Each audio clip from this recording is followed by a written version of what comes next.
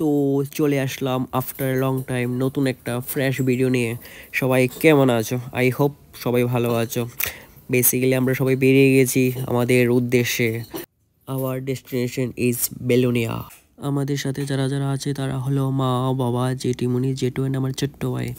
তো দেখতে পাচ্ছ আমরা অটো ধরে নিলাম, বাড়ির পাশে এসেছিলো রিজার্ভ।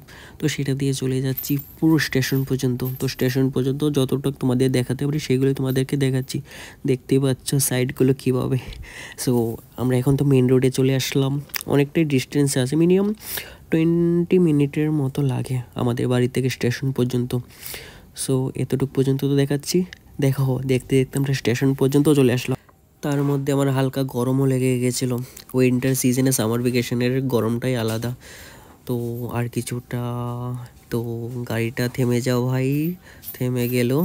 সো আমরা নেমে পড়লাম। দেখো পিছে ওরাও নেমে গেছে। তো আমি একটু নাটক পাটক করে নিচ্ছি, আমার ভাইও পিছে ব্যাগ ট্যাগ হাতি নিয়ে। তো একটু এগোই, দেখি ব্যাকগ্রাউন্ডটা দেখাচ্ছি তোমাদের সবাইকে।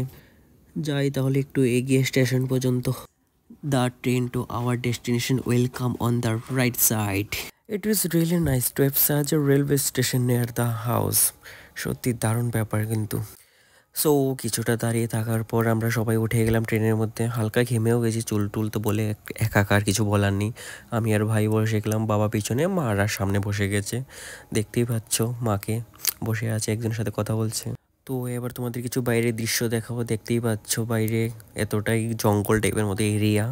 জানলা দিয়ে যা দেখাতে পাচ্ছি উইন্ডো সাইড, হ্যাঁ একেই আমার ভালো লাগে উইন্ডো সাইড। 1.5 ঘন্টা ট্রেনে থাকাকালীন তো আমরা নেমে পড়লাম স্টেশনে। দেখতেই পাচ্ছ আমাদের ডেস্টিনেশন বেলুনিয়া পৌঁছে গেলাম। সবাই পিছিয়ে সামনে একটু কিছুটা ভিড় ছিল। দেখতে পাচ্ছ মা, জেঠিমণি, জেঠু, বাবা কথা বলছে আর আমি এদিকে নাটক করছি, বলে লাভ নেই। তো এখন আমরা অটোতে উঠে গেছি, দেখতেই পাচ্ছ সেই জায়গাতে যাচ্ছি যেখানে যাওয়ার কথা। বেসিক্যালি ও আরেকটা কথা, ওই যে সাইডে দেখতে পাচ্ছ লেফট সাইডে বাংলাদেশ এরিয়া ওটা পড়ছে, বর্ডারের ওই সাইড। আমরা ইন্ডিয়ান প্লাস ওরা Bangladesh. Now you C the reason why I came. Basically এখানে অন্নপ্রাশনে এসেছিলাম। অনেক দূর সম্পর্কে কাছে সম্পর্কে যাই হোক না কেন সেটাও নাই বললাম। দেখতেই পাচ্ছ সাইডের ব্যাকগ্রাউন্ডগুলো। তখন ছিল আফটারনুন, এতটাই ঘেমেছিলাম। সামনের দিকে এগোচ্ছি। ডেকোরেশনটা খুবই সুন্দর হয়েছে, আমার তো মোটামুটি ভালোই লেগেছে, সবারই ভালো লেগেছে। বাবা মার আগে, আমি আর ভাই পিছের দিক দিয়ে ভিডিও করতে করতে এগিয়ে যাচ্ছি। তো এবার দেখো ওদের নাকি কুরকুরি খাওয়ার খুব ইচ্ছে হয়েছে, তাই দোকান থেকে 6খানা কুরকুরি নিতে চলে আসলাম আমি আর ভাই।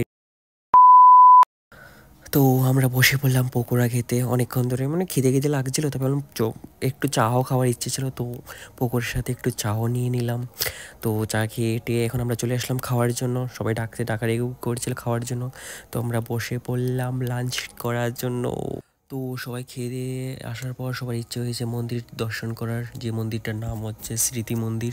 খুবই ফেমাস, এখানে খুব লোক হয় নাকি শুনলাম। তো আমি কখনো তো আসিনি, প্রথমবার আসলাম, তাই তোমাদেরকেও দেখাচ্ছি। খুব ভালো লাগলো রাম ঠাকুর মন্দির। দেখতেই পাচ্ছ বাবাকে কীভাবে গেট আপে রেখেছে, আই ডোন্ট নো কীভাবে কেন রেখেছে এরকম টাইপ। সবাই মিলে একটু রেস্ট করছিলাম। যাই হোক, সবার কেমন লেগেছে ভিডিওটা অবশ্যই কিন্তু কমেন্ট বক্সে জানিও। তাহলে গাইস আজকের মধ্যে এতটুকুই, ভালো থেকো, টাটা।